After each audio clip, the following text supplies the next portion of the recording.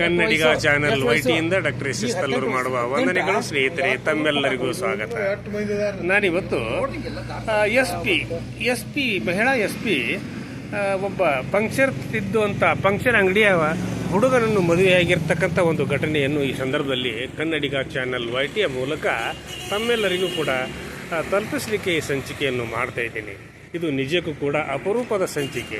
ಈ ಸಂಚಿಕೆಯನ್ನು ನೋಡಿರ್ತಕ್ಕಂಥ ಪ್ರತಿಯೊಬ್ಬರೂ ಕೂಡ ಮನುಷ್ಯನ ಜೀವನದಲ್ಲಿ ಯಾವ್ಯಾವ ರೀತಿಯ ತಿರುವುಗಳು ಬರ್ತವೆ, ಆ ತಿರುವುಗಳನ್ನು ದಾಟಿ ಮುಂದೆ ನಾವು ನಡೆದಾಗ ಮುಂದಿನ ಒಂದು ಹಾದಿ ನಮಗೆ ಸ್ಪಷ್ಟವಾಗಿ ಗೋಚರವಾಗದೇ ಇದ್ದರೂ ಕೂಡ ದೇವರು ಅದಕ್ಕೂ ಕೂಡ ಒಂದು ದಾರಿಯನ್ನು ಇಟ್ಟಿರ್ತಾನೆ ಅನ್ನೋದಕ್ಕೆ ಇವತ್ತಿನ ಈ ಒಂದು ಸಂಚಿಕೆಯ ಸಾಕ್ಷಿ.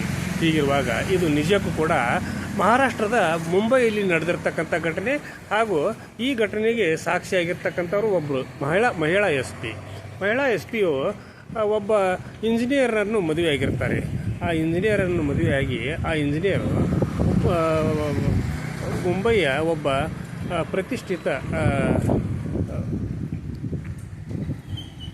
ಕಾಂಟ್ರಾಕ್ಟರ್ ಕಡೆ ನೌಕರಿಯನ್ನು ಮಾಡ್ತಿರ್ತಾರೆ.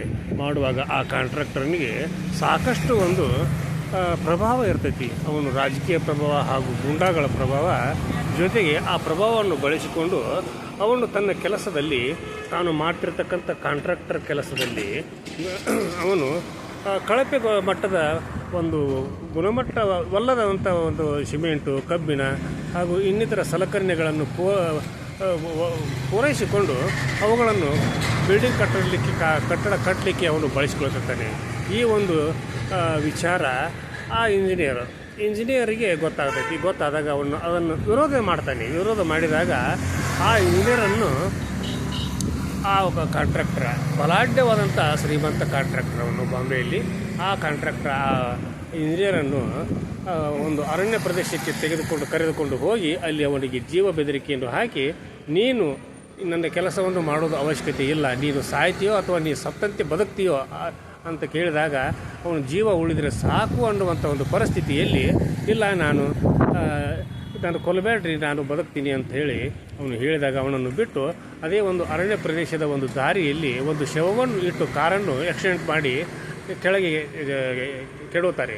ಆ ಸಂದರ್ಭದಲ್ಲಿ ಅದೇ ಒಂದು ಸಮಯದಲ್ಲಿ ಈ ಇಂಜಿನಿಯರ್ನ ಪತ್ನಿ PSI ಆಗಿರ್ತಾರೆ.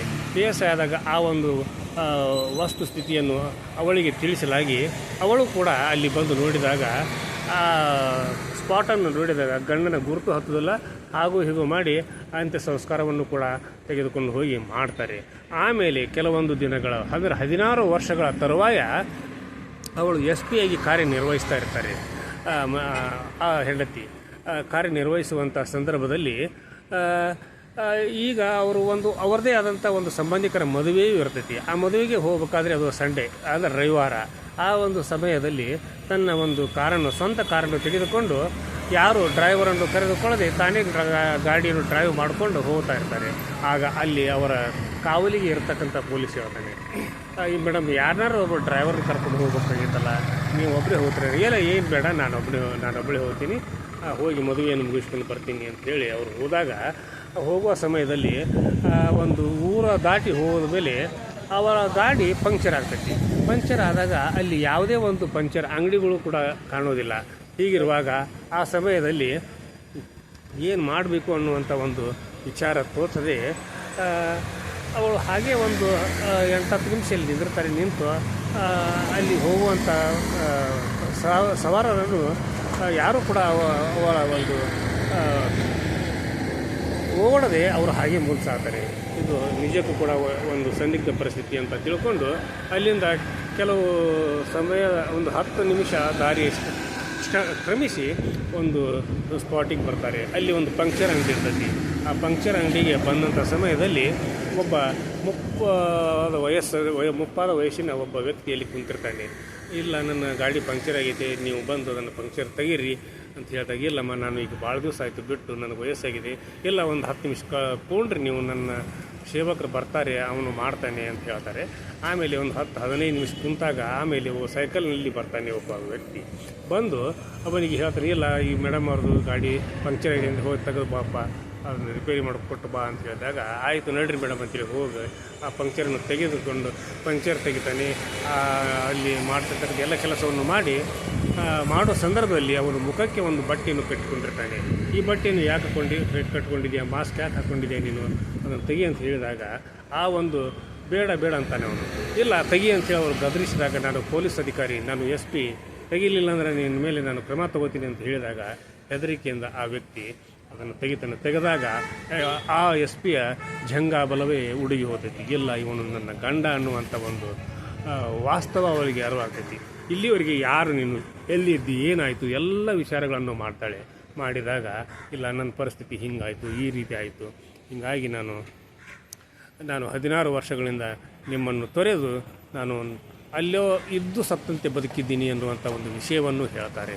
ಹೇಳಿದಾಗ ಇಲ್ಲ ಆ ಕಾಂಟ್ರಾಕ್ಟರ್ ಎಲ್ಲಿದ್ದಾನೆ, ಇಲ್ಲ ಅವನು ಕೂಡ ಸತ್ತು ಹೋಗಿದ್ದಾನೆ, ಆಮೇಲೆ ಅವನು ಕೂಡ ಈಗ ನಮ್ಮ ನಡುವೆ ಇಲ್ಲ ಅಂತ ಹೇಳಿದಾಗ ಹೇಗಾದರೂ ಮಾಡಿ ಇಲ್ಲ ನೀನು ನನ್ನ ಪತಿ, ಹೀಗಾಗಿ ಇಲ್ಲ ಅವನಿಗೂ ಗೊತ್ತಾಗಿರ್ತೈತಿ, ಇಲ್ಲ ನೀನು ನನ್ನ ಪತಿ, ನೀನು ಬಾ ನಮ್ಮ ಮನೆಗೆ ಹೋಗೋಣ ಅಂಥೇಳಿ ಅವನನ್ನು ಕರೆದುಕೊಂಡು ಹೋಗಿ ಅವನಿಗೆ ಅವನ ಮನೆಗೇ ಕರೆದುಕೊಂಡು ಹೋಗ್ತಾಳೆ.